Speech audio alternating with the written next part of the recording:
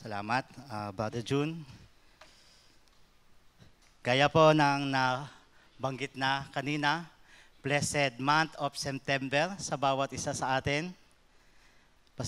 Batiin natin ating katabi, Merry Christmas to you. Yan. Pasko na. Parang, di ba, tayo lang yatang mga Pilipino ang may pinakamahabang panahon ng selebrasyon ng Christmas from September to December. So, pinapakita nito kung gaano natin pinapahalagahan ang pagsilang ni Jesus na ating Panginoon at tagapagligtas. So, nagiging popular na tayo that we have the longest celebration of Christmas. So, dahil po panibago na ang ating buwan, may bago na ring tema ang ating mga sermon na mapapakinggan. So, gaya din po muli ng nasabi ni Brother June, September is Kamakop Emphasis Month. So, expect na buong simbahan ng Kamakop ay nagse-celebrate ng araw o buwan ng Kamakop. Kaya po, simula ngayon at sa mga susunod pa na linggo, God willing, we will give emphasis on our fourfold gospel. Wala po tayong fourth gospel. Ang gospel natin ay nahahati sa 4 na bahagi. Fourfold. Sa Kamakop, we proclaim that Jesus is our Savior, Sanctifier, Healer, and Coming King. Sa umaga pong ito, magsisimula tayo sa topic na Jesus only, our Savior. So ito po ang pundasyon ng ating pananampalataya. Let us pray as we begin. Lord God, our Father, today as we celebrate Kamakop month, we want, O Lord God, to glorify your name mula sa humble beginning ng denomination na ito hanggang ngayon na maabot na ng mahigit 3,000 ang mga simbahan ng Kamakop at umaabot pa sa iba't ibang panig ng mundo ang ministeryo nito. Yun po dahil, O Diyos, ay ikaw ang siyang nagtatag ng denomination na ito at ikaw ang aming Diyos na pinaglilingkuran.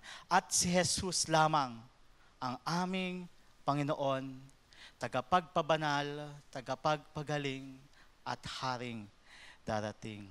Ngayong umagang ito, Panginoon, hayaan niyo po na mapakinggan namin ang iyong mensahe tungkol sa pagiging tagapagligtas ni Jesus. Jesus is our only Savior.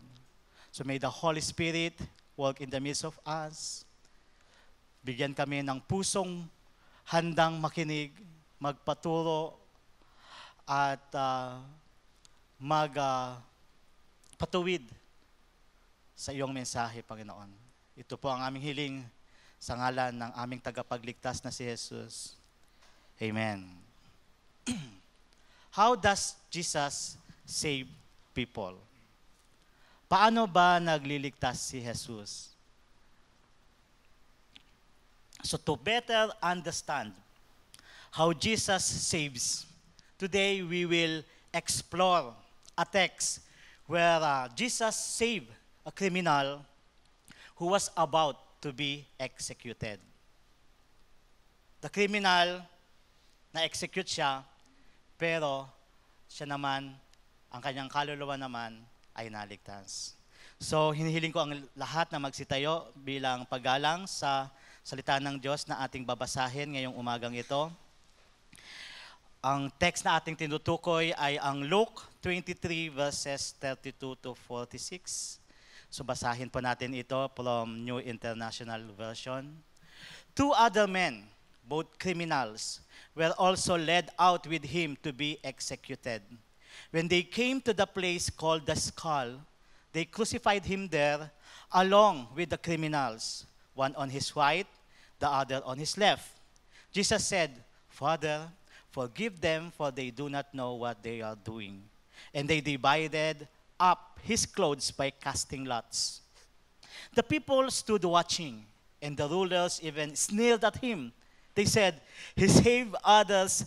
Let him save himself if he is God's Messiah, the chosen one." The soldiers also came up and mocked him.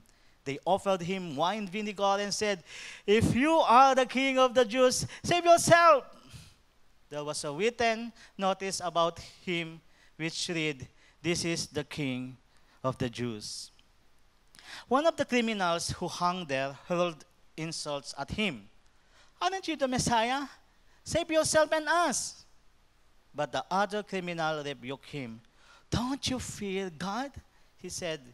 "Since you are under the same sentence, we are punished justly, for we are getting what our deeds deserve.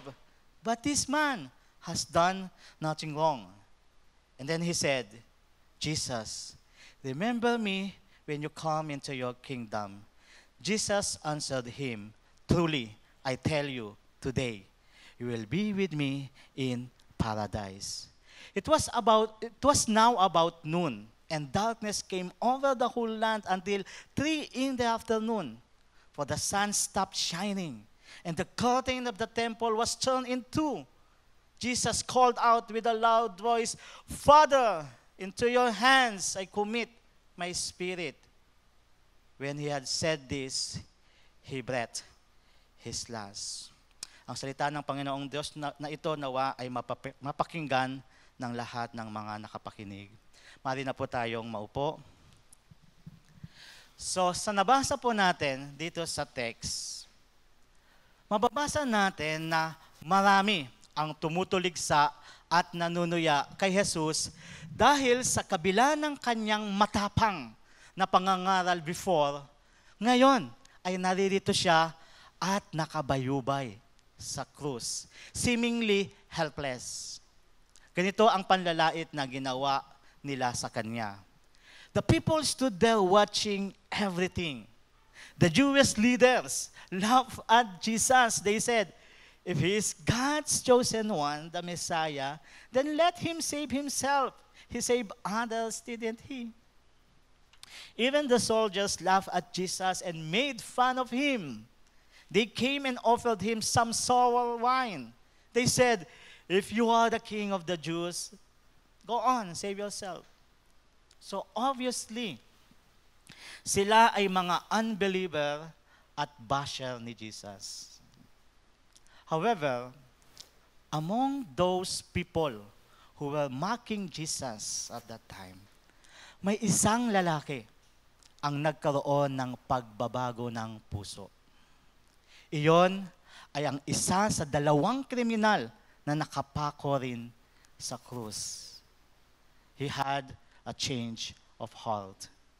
Pero, sa umpisa, ang sabi sa ulat ni Mateo, ito ay yung text natin ay from the report of Luke. Pero sabi naman ni Mateo, siya ang nakapakinig nito, o siya yung mas interesadong isulat ito kasi meron siyang gustong ipahayag. Kasama yung lalaking iyon sa mga tumutuya kay Jesus nung umpisa. Sabi doon sa 27:38-39, then tatalon tayo sa 44 para makita yung buong context. 2 rebels were crucified with him, one on his right and one on his left. Ito din sabi ni Luke. Those who passed by hurled insults at him, shaking their hands. Na-mention din yan about it ni Luke. Pero eto, si Matthew ang nag-mention nito. In the same way, the rebels who were crucified with him also heap insult on him.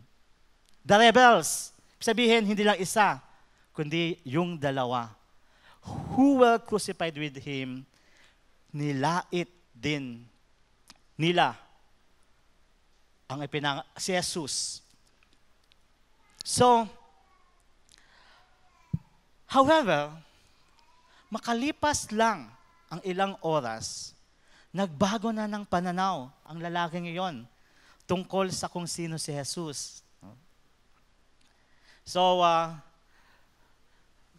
according sa report nila, sila Jesus at yung dalawang kasama niya, Pinako sila ng mga 12:00 ng tanghali. Tapos si Jesus, namatay siya ng mga 3:00 ng hapon. So, sa loob ng span of time na iyon, may nangyari sa kriminal, sa isang kriminal na nakapako.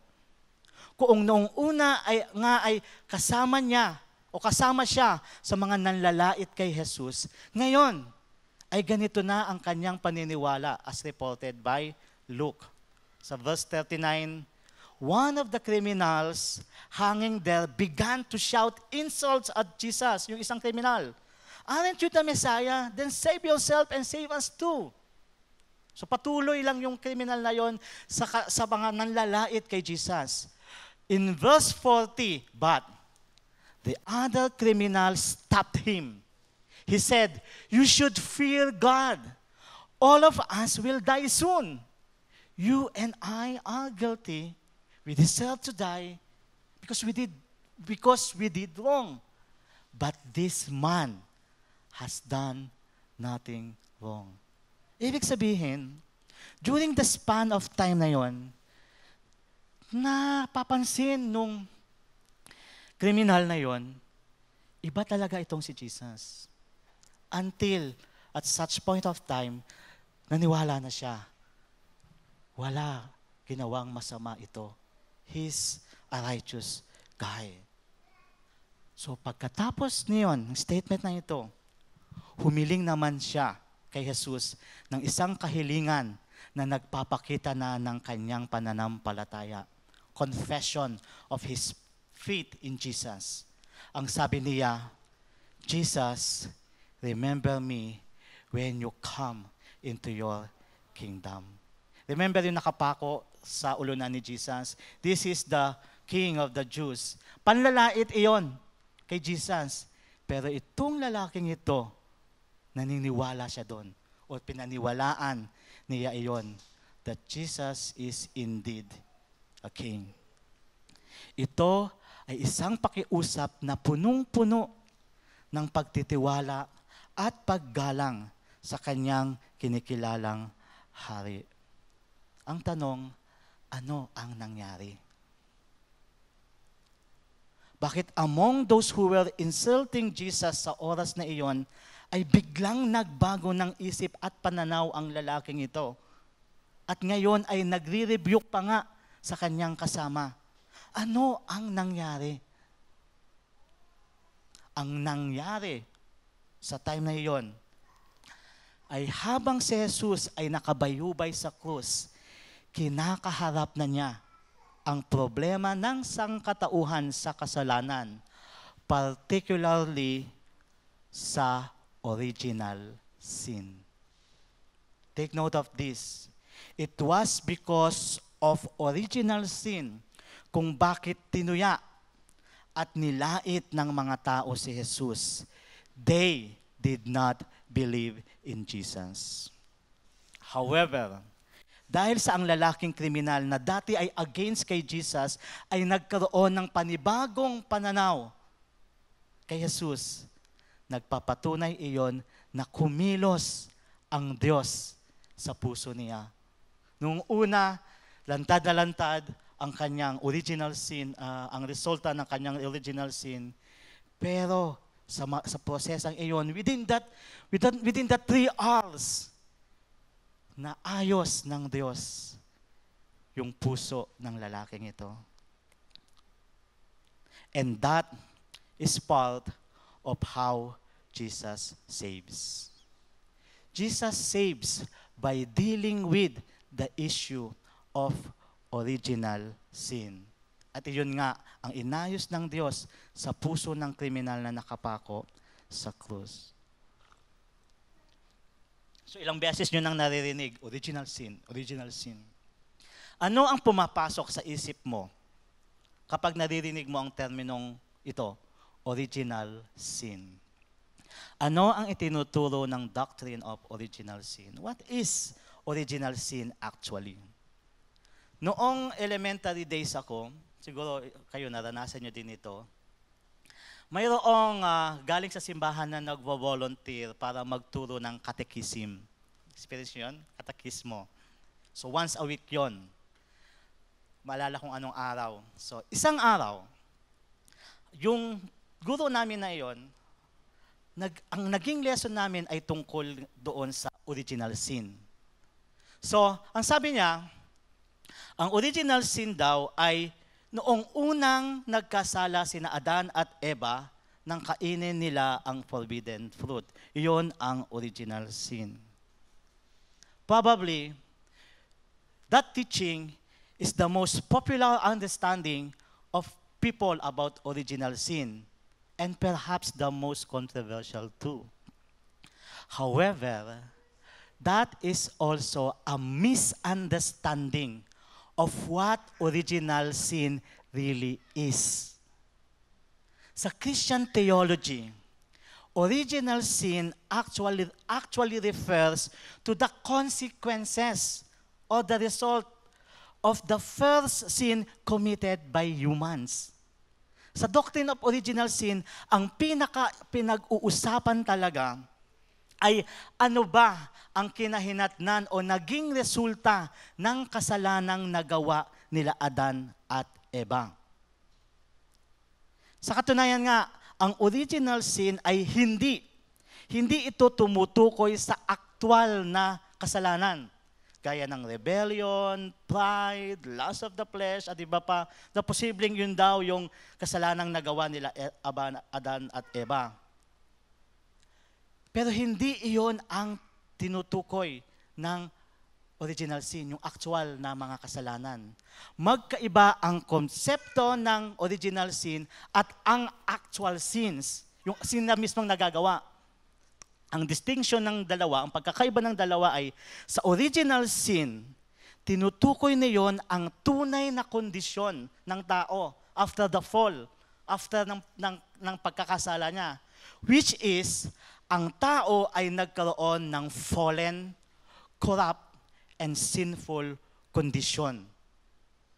At ang fallen, corrupt, at sinful na kalalagayan iyon, ang siyang pinagmumulan ng actual sin. So iyon ang issue ng original sin. Isipin natin iyon bilang ugat ng puno o kaya bukal ng tubig sa isang bundok. So nakakita na kayo ng bukal ng tubig? Meron yan sa Natonin Mountain Province na tuloy-tuloy lang yon. So kung gusto mong kukuha ng tubig, magdala ka ng kahit gaanong karaming timba doon and meron ka ng alkaline water o mineral water. Tuloy-tuloy yon, walang tigil. Bukal ng tubig. Ang original sin ay tumutukoy sa pinag-uugatan o pinagbubukalan ng mga actual sin o ng mga nagagawa nating kasalanan. Kaya nga po, sa Christian theology, mayroong kasabihan na we are not sinners because we sin, but rather we sin because we are sinners. May dahilan ang ating pagkakasala.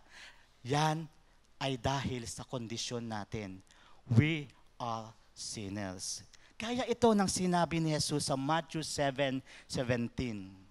Sabi niya doon, every good tree bears good fruit, but a bad tree bears bad fruit. At ang resulta niyon, na sinasabi naman sa 1 Corinthians 15:33, do not be misled. Bad company corrupts good character. Mga kapatid, it is within the issue of original sin kung bakit may mga taong out of frustration ay nasasabi nilang, gusto kong bumait pero di ko magawa. Because of the issue of original sin. Dahil ang isang taong wala pang kaugnayan kay Jesus, kailanman ay hindi kakayaning maging mabait. Dahil sa kanyang pagsusumikap na maging mabuti, ang pinuputol lang niya ay ang actual sin o ang resulta ng original sin. Titigil manigarilyo, titigil magsugal, titigil magsinungaling. Pero after some time, nagkaroon ng temptation, bagsak uli. At balik na naman sa dating gawi, mas matindi pa.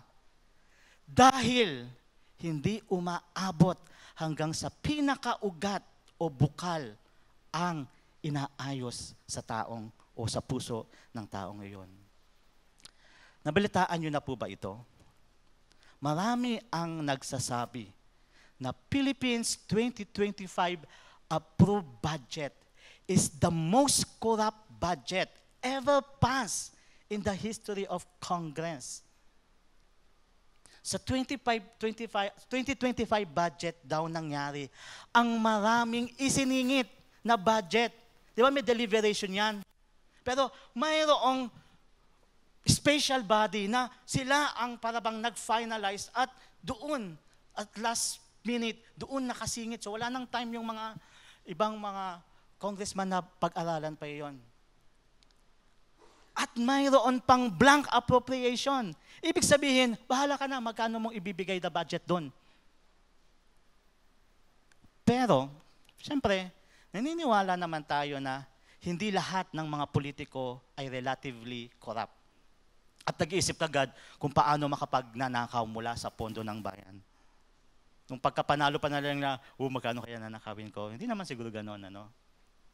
Ang sabi nga sa interview ng isang mayor na pioneer ng grupong Mayors for Good Governance, iilan lang silang mga mayor na kabilang sa grupong iyon dahil natatakot ang ibang mga mayor na maputulan sila ng gripo. Meaning, matanggalan ng pondo kung magde-declare sila na they are of those mayors who are for good governance. Kung sumali sila dito sa Mayors for Good Governance group na ito, posible daw na wala na silang pondo o yung pondong tinatanggap nila, mawawala na. Kaya, para makatanggap pa rin sila ng pondo from the national government grants at mas malawak ang magagamit nila sa paglilingkod sa kanilang bayan, pikit mata, lunok pride na lang silang nagpapatianod sa marumi at korap na sistema sa gobyerno.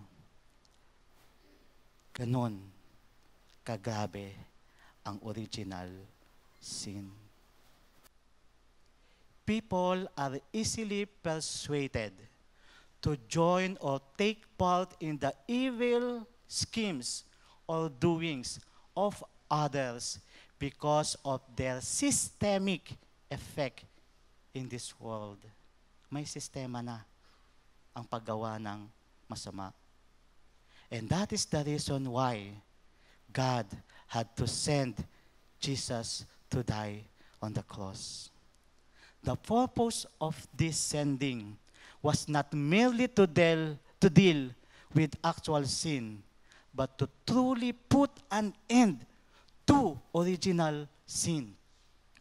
Gaya ng nangyari sa lalaking kriminal na naipako rin sa krus, pagamat marami sa paligid niya ay nagkakasala sa panlalait kay Jesus, hindi na siya sumama sa kanila bagkus siya ay nagsisi at nagtiwala sa Panginoon. And he has this courage pa to rebuke yung kasama rin niyang siguro nagnakaw din.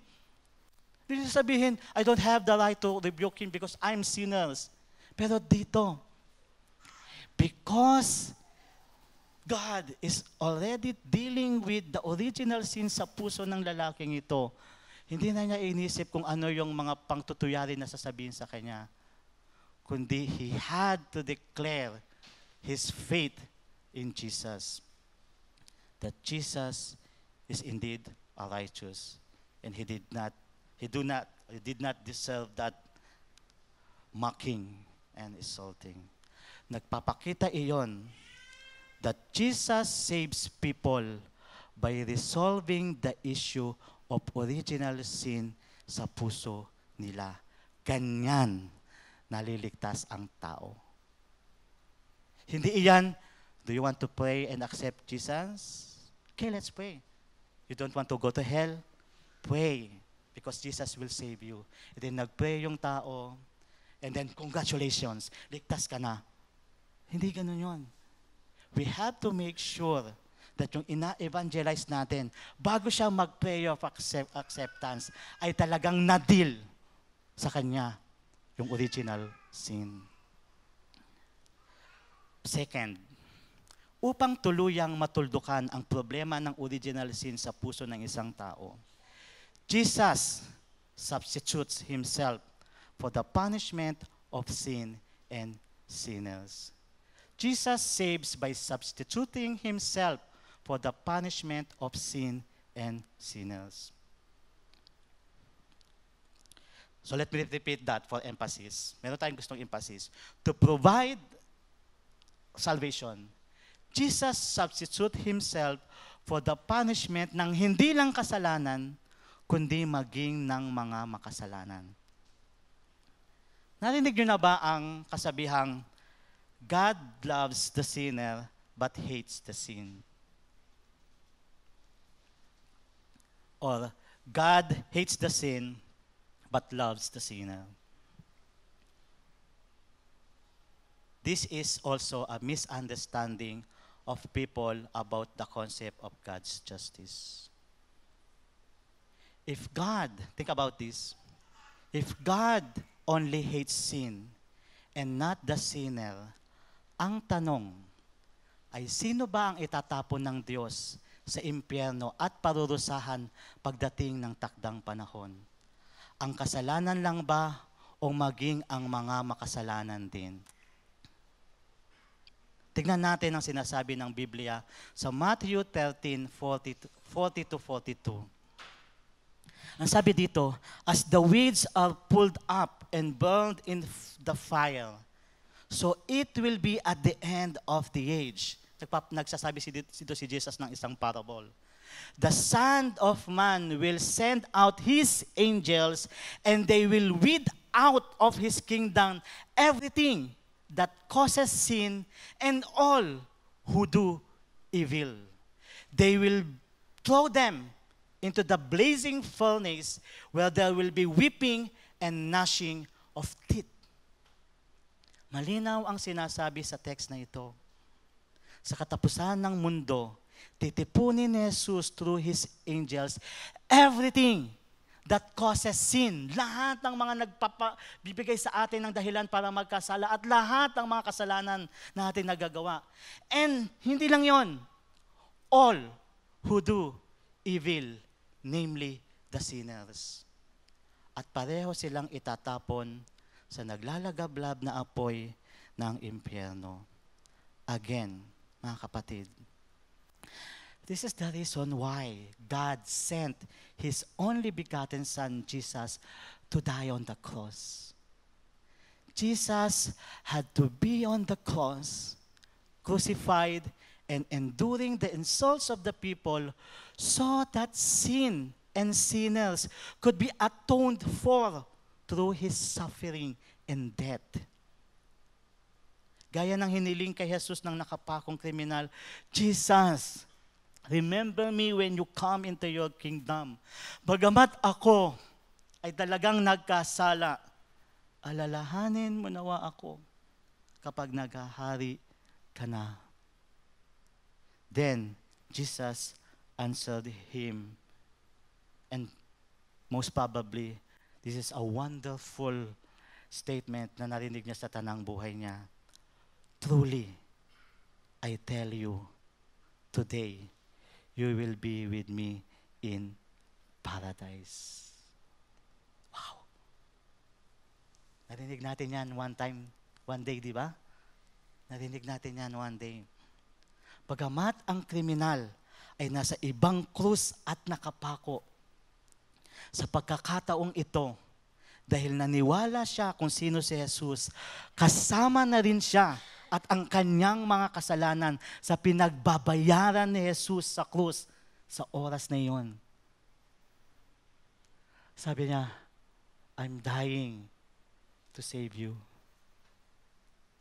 Ipinalit ni Jesus ang kanyang sarili para sa kaparusahan ng Diyos sa kriminal na iyon.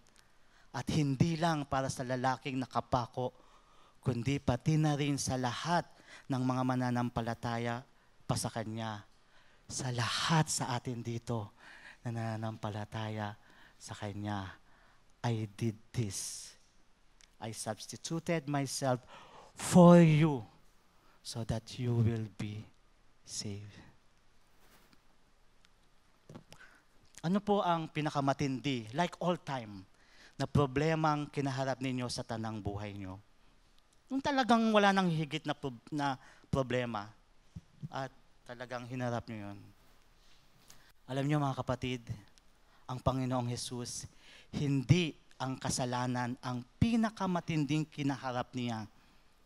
Matindi ang kasalanan talaga, pero hindi iyon ang pinakamatinding hinarap ni Jesus. May mas matindi pa ron. Ano pa ang mas titindi sa problema ng kasalanan? Ang poot ng Diyos.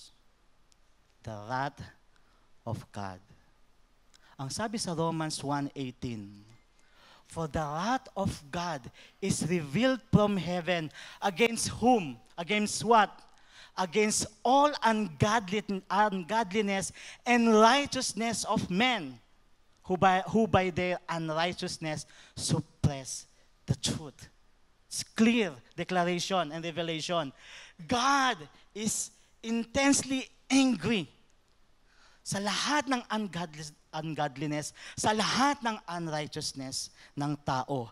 How can you face the intense anger of a righteous and almighty God? Paano natin haharapin ang tindi ng galit ng Diyos? Hindi ba mga kapatid, kapag ang isang taong mabait, pagpakumbaba at malumanay ay bigla na lang nagalit sa isang tao, magdadalawang isip pa ba tayo na talagang isipin na may matinding nagawa ang kasalanan yung taong iyon, o yung kinagagalitan ng taong mabait na iyon?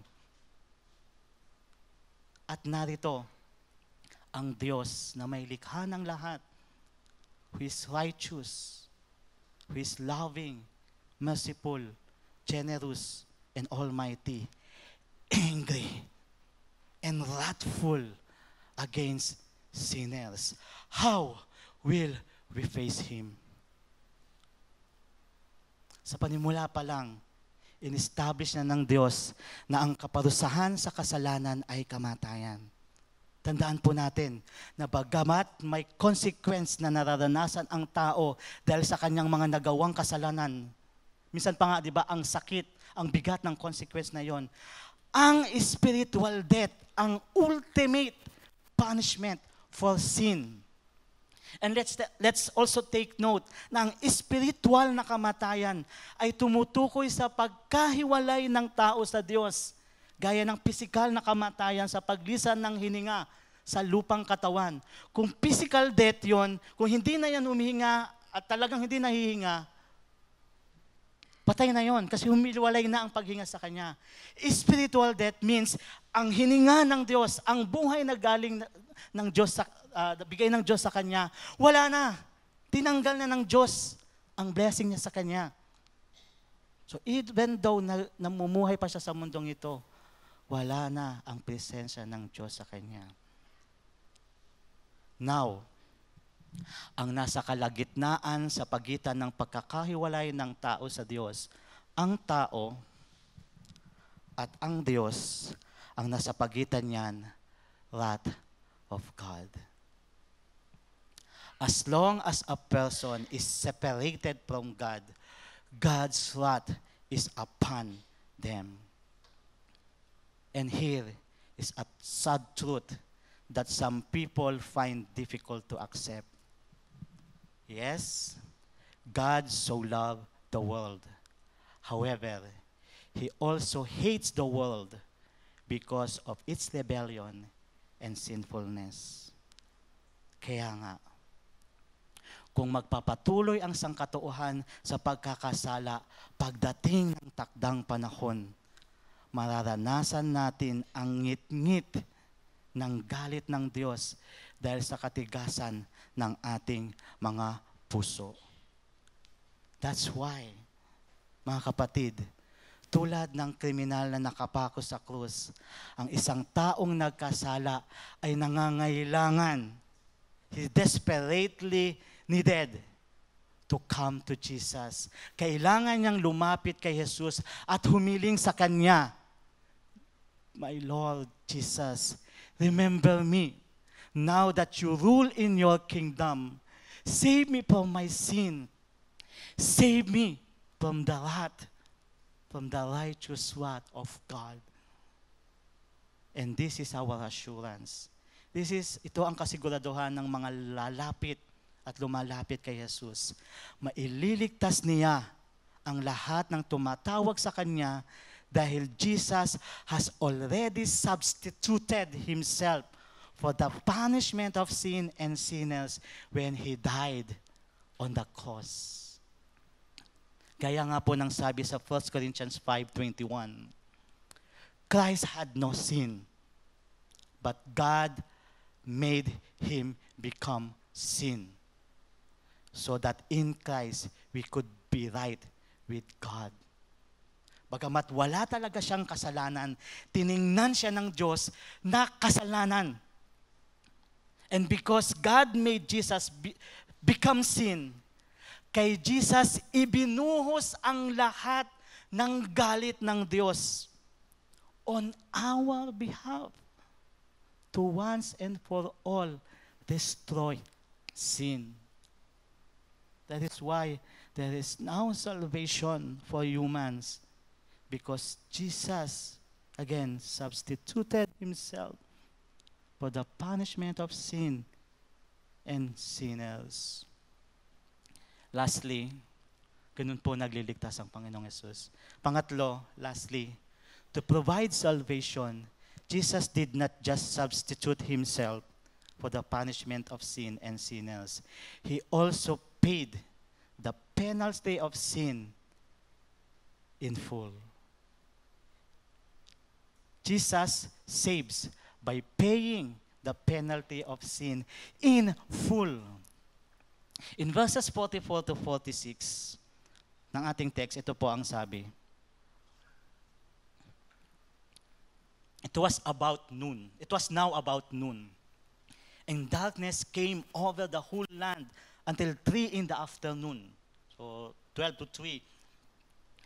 For the sun stopped shining, and the curtain of the temple was turned in two. Sabi na yun, mula pababa, pataas. Di ba, mapupunit yan, pataas, pababa. Pero ito, pababa, pataas. And Jesus called out with a loud voice, Father, into your hands I commit my spirit. When He had said this, take note of this last phrase, He breathed His last. Di ba kapag namamatay ang isang tao, inagawa na siya ng buhay. Pero dito, Jesus willingly breathed His last. Sa ibang gospel account, according kay John, ganito naman ang naitala niya na may karagdagang impormasyon. Sabi sa John 19:30, when He had received the drink, yung sour wine, Jesus said, it is finished.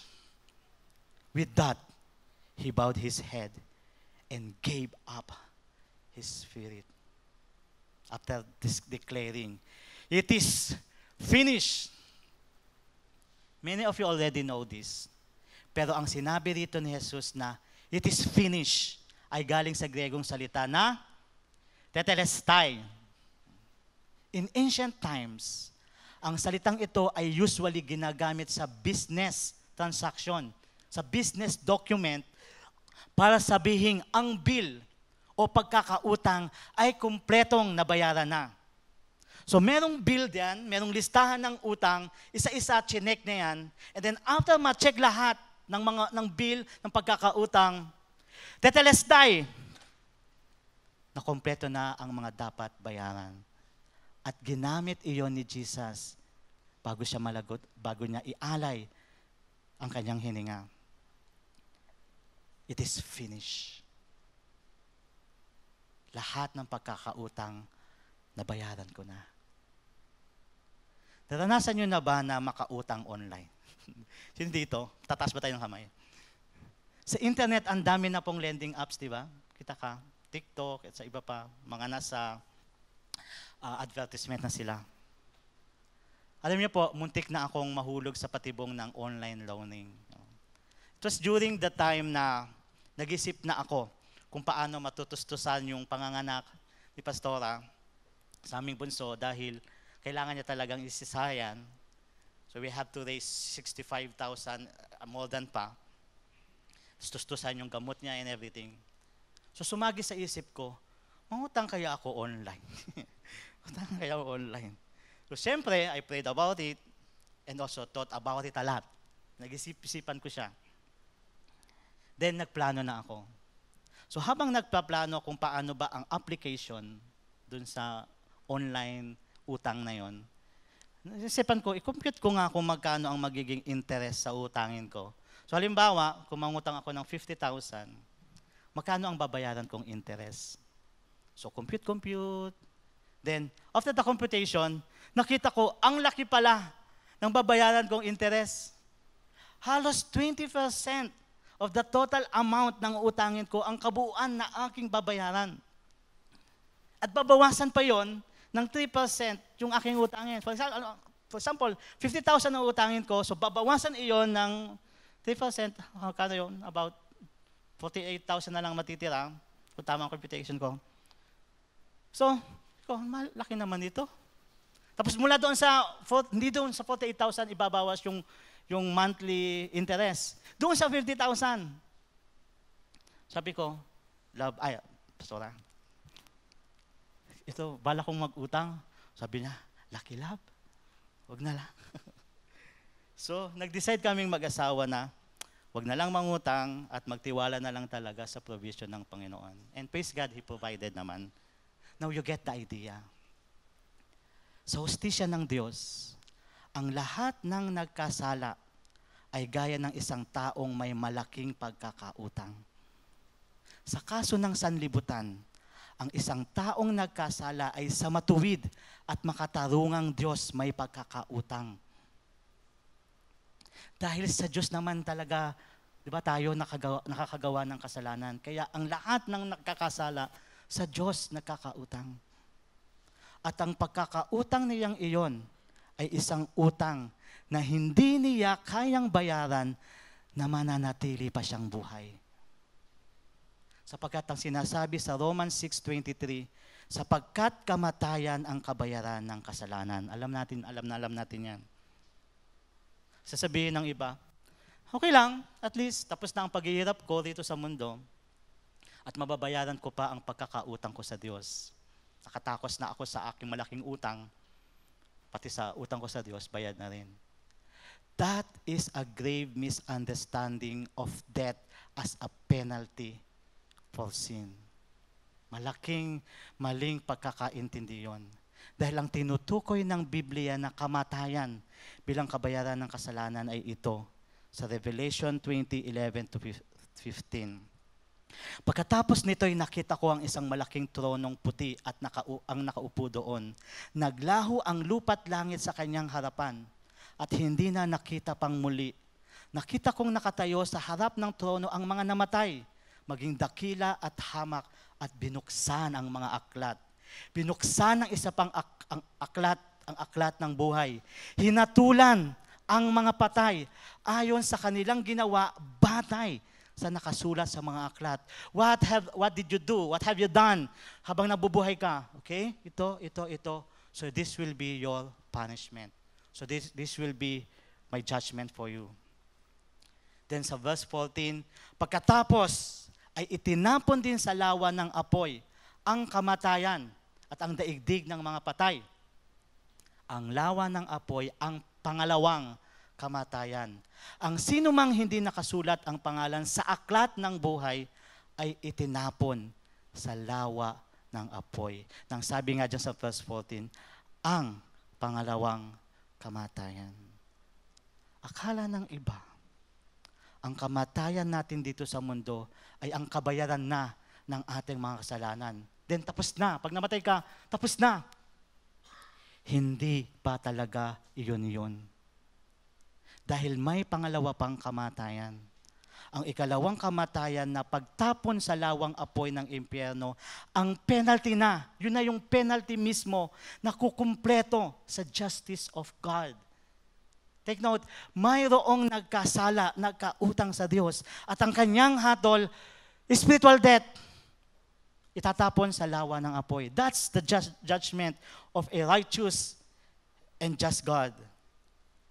Dito sa Pilipinas, the penalty for murder, sabihin natin murder, example, is reclusion perpetua or life imprisonment. So tatagal daw iyon mula 20 years up to 40 years. Gayun din naman, so ibig sabihin, kapag ang isang taong nahatulan ng murder at nakulong, talagang natunayan, plinano niya ang pagpatay, then kukulong siya, pagbabayaran niya ang kanyang hatol, halimbawa sa loob ng 30 or 40 years, then after those years, 30 or 40 years, pwede na siyang makalaya. Bakit? Dahil napagbayaran na niya ang penalty. Absuelto ka na, kasi nabayaran mo naman na yung penalty sa sin na ginawa mo, murder, 40 years yan, naka 40 years ka na, tapos na, bayad na. Iyon ay sa batas ng Pilipinas para sa kasong murder. Pero, how about sa batas ng Diyos? Sa hustisya ng Diyos. Ang sabi, again, ang kabayaran ng kasalanan is to spend forever and ever in hell while suffering doon sa naglalagablab na apoy. Kapag itinapon na sa lawa ng apoy ang isang makasalanang hindi nagsisi at tumalikod sa kanyang kasalanan, paano pa siya makakalaya mula roon? Diba? Kapag ang isang tao ay nabulit na sa naglalagablab na impyerno ayon sa hustisya ng Diyos, wala nang katapusan iyon at wala na ring paglaya mula roon. Sa makatwid, dahil hindi kaya ng tao na mabayaran ang matinding pagkakautang natin sa Diyos without dying and then spending eternity in hell. Somebody has to pay for it on our behalf. Kung hindi niya babayaran iyon, impyerno lahat tayo. Pagbabayaran natin sa impyerno ang mga kasalanan, kahit isang kasalanang ating nagawa. Dahil sa original sin. Kaya, ang ginawa ng Diyos, out of His undying love and abundant mercy para sa kanyang mga nilikha, siya na rin mismo ang gumawa ng paraan. Let's always embrace this most loved verse. Dahil sa pag-ibig ng Diyos sa sanlibutan, ibinigay niya ang kanyang bugtong na anak upang ang sinumang sumampalataya sa kanya ay hindi mapahamak, hindi maitapon sa lawa ng apoy, kundi magkaroon ng buhay na walang hanggan, to be spent not in hell, but in heaven with God. When Jesus poetically but decisively declared, Tetelestai, it is finished, ang ibig niyang sabihin ay nasatisfy na ang hustisya ng Diyos. By His death on the cross, Jesus paid the penalty for sin in full on our behalf. Mga kasalanang iyon ay hindi na muling mapaparusahan pa dahil lalabag iyon sa katarungan ng Diyos. Sa hustisya ng Diyos, isang beses lang mapaparusahan ang kasalanan. Ba, hindi naman pwede yung nakasala ka and then paglabas mo, huli ka. Kasi pumatay ka, di ba? Kung napagbayaran mo na yon, di ka na pwedeng ikulong pa uli unless makagawa ka uli. Sa hustisya ng Diyos, isang beses lang mapaparusahan ang kasalanan. At iyon ay pinagbayaran na lahat ni Jesus. Thank you, Jesus. Purihin at sambahin natin ang Panginoon. That's why meaningful yung song natin kanina. Thank you, Jesus, for the blood applied. Ganito ka-meaningful yun. So even though the penalty of sin is death, the gift of God is eternal life through Jesus Christ. And whoever believes in Him will not perish, but rather they shall have eternal life. And that is how Jesus saves people. Indeed, He is mighty to save. So dito na muna po nagtatapos ang mensahe para sa atin ngayong umagang ito.